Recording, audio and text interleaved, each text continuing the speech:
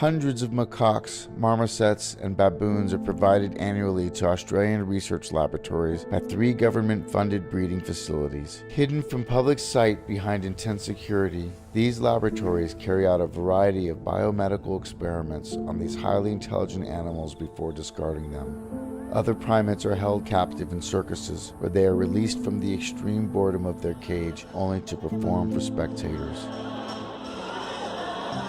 Or in zoos.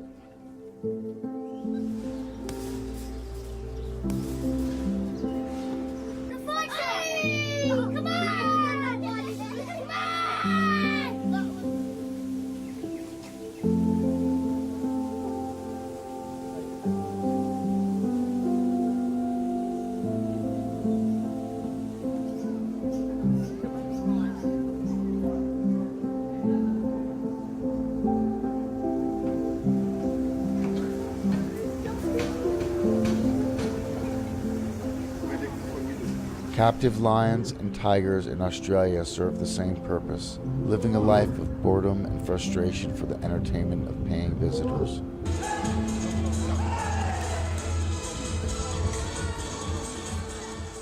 While on the surface, exhibits showcasing these and other exotic animals may inspire wonder and excitement, few patrons observe long enough to recognize the repetitiveness of their behavior, signs of a psychological condition common across all animals in captivity, dubbed zoochosis.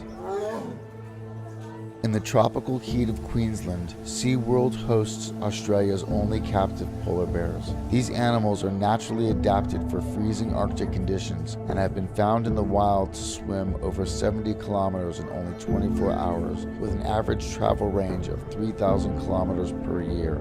Here, they are confined to an enclosure roughly 30 by 40 meters wide for their entire lives.